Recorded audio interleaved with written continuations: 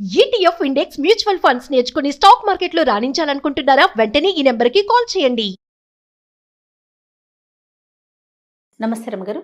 నమస్తే జయ. రమగారు, పూజ గదిలో నీటి పాత్ర ఉంచాలి అని అంటుంటారండి. దీనికి ఏదైనా కారణం ఉందంటారా? పూజ గది ఉన్నవాళ్ళు ఎంతమందికి ఉంటాయి పూజ గదులు? అవును కదా. దేవుడికి ఒక గూడు, ఒక గూడో ఒక చెక్క మీద దేవుని పెట్టుకుంటాం. వంటింట్లోనే ఒక గూడు, ఒక ర్యాక్లో ఏర్పరచుకోవచ్చు. హాల్లో ఏదో ఒక పక్కన పెట్టుకుంటాం. ఇంట్లో రాగానే ఒక పక్కన పెడతాం. దేవుడి గది అంటూ ప్రత్యేకంగా ఉంటే విధానం వేరేగా ఉంటుంది. సాధారణంగా మనం దేవతార్చన అనగానే ఏం చేస్తాము? దీపారాధన చేసుకుంటాం. తర్వాత ఏదో పళ్ళో ఫలమో పంచదారో బెల్లం ముక్కో పటికి బెల్లమో, పంచదార అందరూ పెట్టరు, పంచదార పనికిరాదన్న భావాలు కూడా ఉంటాయి. అవును, పటికి బెల్లం కానీ బెల్లం కానీ లేకపోతే ఇంకేదైనా పదార్థం చేసిన పదార్థము నివేదన చేస్తాం. సాధారణంగా నివేదన చేయాలంటే ఏం చేయాలి? నీళ్లు చల్లి దాని మీద ఒక మంచి శ్లోకం ఉంటుంది. తత్వం తత్వేన పరిశించామి అని శ్లోకం. ఇది పరిశేచన చేసి, అంటే దాన్ని మీద నీళ్ళు తెచ్చి శుద్ధి చేసి ఈ పదార్థాన్ని అయ్యా నీకు 5 పంచప్రాణాలకి ఆహుతులు ఇస్తాం. ఇది పద్ధతి. అప్పుడు పక్కన నీళ్లు పెట్టుకోవాలి. మనం ఏ పదార్థాన్ని నివేదన చేసినా, అంటే అన్న నివేదన చేసినప్పుడు మనం అన్నం తినేటప్పుడు ఎట్లా మంచినీళ్ళు పెట్టుకుంటామో అట్లా ఒక గ్లాస్తో తప్పకుండా నీళ్లు పెట్టాలి. ఉడికించిన పదార్థాలు ఏవి నివేదన చేసినా, ఒక్కటి చేసినా 10 చేసినా కూడా, పాయసం చేసామనుకో పాయసము మంచినీళ్ళు, పులిహార చేస్తే పులిహార మంచినీళ్ళు, అన్నం మీద కాస్త బెల్లం ముక్క పెట్టి కాస్త నేర్చుకేసి నివేదన చేసామనుకో అప్పుడు కూడా ఒక గ్లాస్ మంచినీళ్ళు.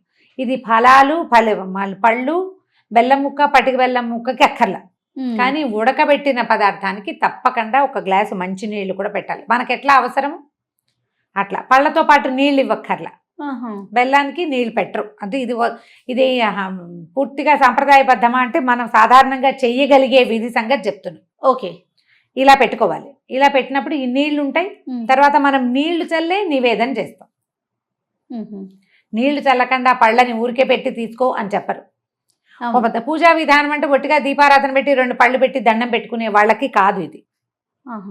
ఇట్లా నివేదనగా చేయగలిగే వాళ్ళకి, ఆ రకమైన మంత్రాలు నేర్చుకునే వాళ్ళకి పుస్తకాల్లో ఉంటాయి. అవి చదువుకుని నివేదన చేయాలంటే, మనం సత్యనారాయణ వ్రతం చేసినప్పుడు బ్రాహ్మణాయన వచ్చినప్పుడు చెప్తాడు కదా, అవును, నీళ్ళు చల్లి చెబుచ్చండి, చేయి చూపించండి, ఇలా చెప్పండి. మనకు మంత్రం చెప్పకపోయినా ఆయన మంత్రం చెప్తాడు, మనతో క్రియ చేయిస్తాడు. అవును కదా. అది అలవాటు చేసుకుంటే ఇలా చేసినప్పుడు మనం నీళ్లు పట్టుకెళ్తాం కదా నివేదన చేయటానికి, పూర్ణిలుగా ఆ నీటిని అక్కడే ఉంచవచ్చు.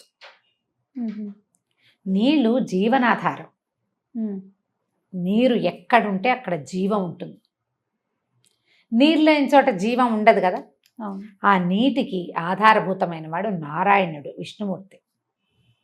ఎక్కడ నీరుంటుందో అక్కడ విష్ణువు యొక్క ఇది ఉంటుంది. ఆయన అక్కడ ఉన్నట్టే, జీవం ఉన్నట్టు. మన కథ నడుస్తుంది కదా. నీరు లేకపోతే ఏముంది?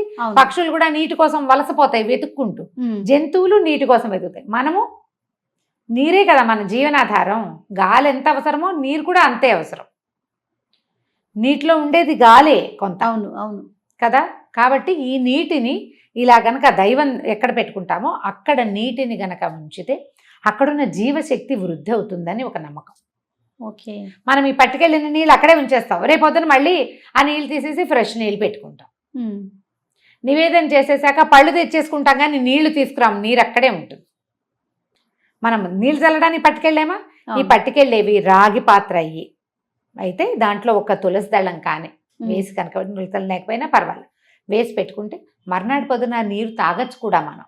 ఓకే, శుద్ధంగా ఉంటే, దుమ్ము అవి పడితే కాదు. ఆ నీళ్ళని ఏం చేస్తాం? ఒకళ్ళు తాగలేదు, మొక్కల్లో అది చేస్తాం కదా. ఇట్లా నీటిని గనక ఉంచితే ఏమవుతుందంటే, మనకి భగవంతుణ్ణి మనం ఎక్కడ స్థాపన చేసి మనం నమ్ముతాం. మన ఇంట్లో పూజ గదిలోనో దేవుడి గుడి దగ్గర కూర్చుని మనసు ప్రశాంతంగా ఉంటుంది.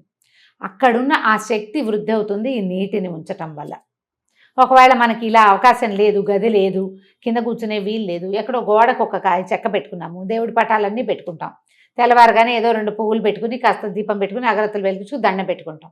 అక్కడ కూడా మీరు ఒక గ్లాసు నీళ్ళు పెట్టుకోవచ్చు. పడిపోకుండా ఏర్పరచుకొని పెట్టుకుంటే పవర్ పెరుగుతుందని భావన. అక్కడ జీవశక్తి వృద్ధి అవుతుంది అని.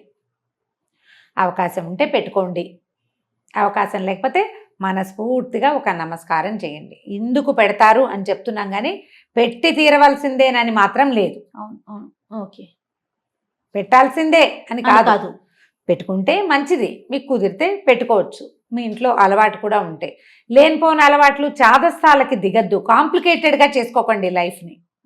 అక్కడ అవకాశం లేదు, నీళ్ళు ఏదో పెట్టకపోతే పంప అయిపోతుంది. మునిగిపోతుంది అలా అనుకోదు. అలాంటి భావాల్లోకి వెళ్ళదు. నేను ఏ పాయింట్ చెప్పినా మిమ్మల్ని చాదస్తాల వైపు, పాత పద్ధతుల వైపు తప్పకుండా అది చేసి తీరాలనే భావాల్లోకి తీసుకెళ్ళటం లేదు. ఆ ప్రయత్నం చెయ్యను నేను. మీకు అవకాశం ఉంటే చేసుకోమంటారు. చేయండి, ఆసక్తి ఉంటే. ఒకవేళ మీరు పెట్టదలుచుకున్నారు, మీకు అవకాశం ఉంది, ఇంట్లో పెద్దవాళ్ళు వద్దన్నారు అనుకోండి, అప్పుడు పెట్టద్దు. మన ఇంట్లో అలవాటు లేదు, ఇప్పుడు నీళ్ళు పెడితే ఏవేవో వస్తాయి, ఏం అవ్వదు, మంచే. కానీ వాళ్ళు వద్దు అంటున్నప్పుడు ఎందుకు? వద్దంటున్నప్పుడు చెయ్యొద్దు. దాని బదులు ఇంకొకటి చేయొచ్చు, చెప్తాను. మన వాకిట్లో కానీ, మేడ మీద కానీ, మన బాల్కనీలో కానీ పక్షులు తిరుగుతూ ఉంటే ఈ ఎండాకాలం రోజు ఒక బౌల్తో నీళ్ళు పెట్టండి. భగవంతుడి దగ్గర పెట్టిన దాంతో సమానం. జీవాలకి మనం నీరిస్తున్నాం, మరి నీరే జీవనాధారం అని చెప్పుకున్నాం కదా. ఆ నీటిని ఇచ్చినందుకు భగవంతుడు మనని కరుణిస్తాడు. ఇది గొప్ప సహాయంగా పరిణమిస్తుంది. ఎలా దేవుడి దగ్గర నీళ్లు పెడితే ఫలితమో, పక్షులకి నీరు పెట్టినా కూడా అంత మంచి ఫలితం కూడా లభిస్తుంది. ఆహారం వేయకపోయినా పర్వాలేదు, అవి పురుగులో ఒడ్లో ఏవో ఒకటి వెతుక్కుని తింటాయి. నీటికి ఆవురావురు అనిపోతూ ఉంటాయి, మనలాగానే అవిను. అవును. వాడు ఎండలేని చోట కొంచెం నీరు పెట్టండి. ఒకవేళ అలా కుదరనప్పుడు ఇలా చేసుకోండి. ఇది మంచిది, మనకు ప్లస్ అవుతుంది, పాజిటివ్ ఎనర్జీ. అది అవకాశాన్ని బట్టి చేయండి. దీన్ని అయితే ఎవరు కాదనేది కాదు కదా. ఎవరు కాదంటారు కదా, అది పెద్దవాళ్ళు కాదంటాం. మన ఇంట్లో అలవాటు లేదు, మనకి లేదు, లేనిపోని చాదస్తాలకి వెళ్ళొద్దు, అలాంటివి ఏమైనా ప్రశ్నలే ఉండవు. ఉండకుండా ఉంటుంది. ఇది మంచి పద్ధతి. సూపర్ అమ్మ గారు, నమస్తే అండి. నమస్తే చేయ.